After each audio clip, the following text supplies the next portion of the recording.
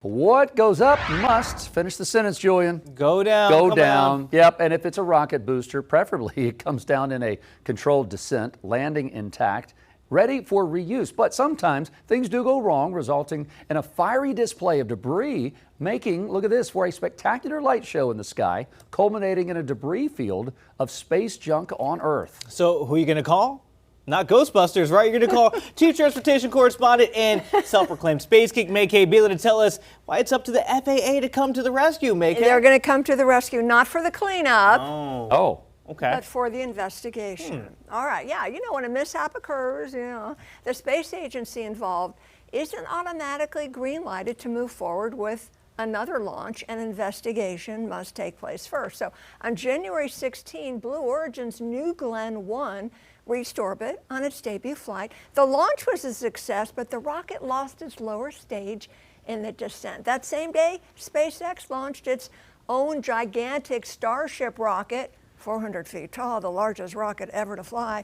It exploded over the Caribbean, and the FAA, they're required to investigate and suggest corrective actions through its mishap response program. Now, in these cases, the agency oversaw investigations conducted eternally by both Blue Origin and SpaceX. So the FAA accepted their findings, approving the corrective actions, allowing the space companies to move forward. But do know this, the March 2nd blow-up, of yet another SpaceX Starship, that's still under investigation. The results are pending. No property damage resulted from the Blue Origin mishap. There was a SpaceX debris minor damage to a vehicle on Turks and Caicos. I mean, the video is weirdly enough like mesmerizing. I mean, it's kind of actually really cool here. You were talking about the Starship explosion and how it affected air traffic. Yeah. What was that a big disturbance? Yeah, so it was in Miami and Fort Lauderdale. You know, you're taxiing for takeoff. Your captain says, "Ladies and gentlemen, so sorry, we're delayed due to space junk." So it delayed for about an hour while this is raining down. Now imagine if you were a little airplane out there somewhere that didn't know about the ground stop and you're flying. You're in a boat. Oh man. You know, so it can be dangerous, but they did have a ground stop for about an hour. Yeah. Okay, so with all these, companies, you got SpaceX, Blue Origin launching these rockets, they're exploding. What are the odds of someone down here on Earth being hit by a big old piece of rocket coming down from the sky? You want to guess? Oh gosh, 1 in 17 trillion. I have no idea. Come on. No. Oh, no. What? More? No, it's okay. It's close. He's close in a trillion? Can No, I prices right him and go right under there? No. Go under. 1.6 trillion? It's less than $1 billion to 1. Less than $1 billion to Now 1. let me put that in perspective. Okay, yeah. Your odds of getting hit by lightning, 1 in 15,000. Your odds of being in a shark attack, 1 in 11 million. I got to tell you this. What are the odds of getting abducted by an ET? They have odds on that? They do. No way. There's actually odds real on everything. research about this. I'm 1 not in kidding. 3 billion. You're going to be shocked. 1 in 1,833.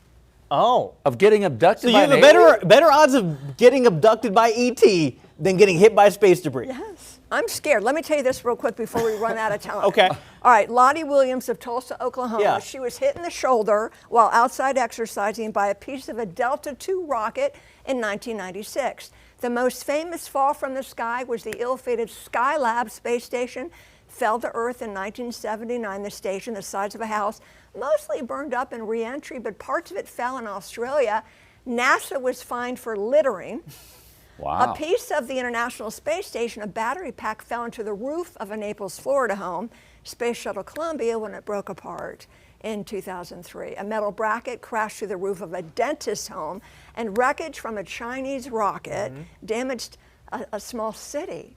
Now listen. Good night. I know, sorry.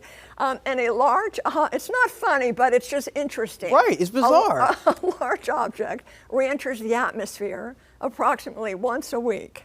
So once a week this is happening, but a lot of times it burns up and never makes it Or it goes in the ocean. to Earth or the ocean where there's more water than land. Right, 70% of the Earth is, they're just hoping, but think of the poor fish. Oh, yeah. They're just coming up for just Nemo and Dory in there, just keep swimming, just keep swimming. That's a what piece the of mentality. chunk of metal hit you from And the shipping containers and the ships. I Yeah. just can't. It's like, I still can't wrap my head around the fact that there's odds for getting abducted, and they're better than getting hit by a piece of space. 1,830. We're going to follow up on that story. Yep. I I got know. concerns about that. We will. We're going to follow up about. I bet we with will. that. I had a feeling. Okay. All right, Yeah. McKay. Ted, what do you make of this? I mean, brother, you could be abducted.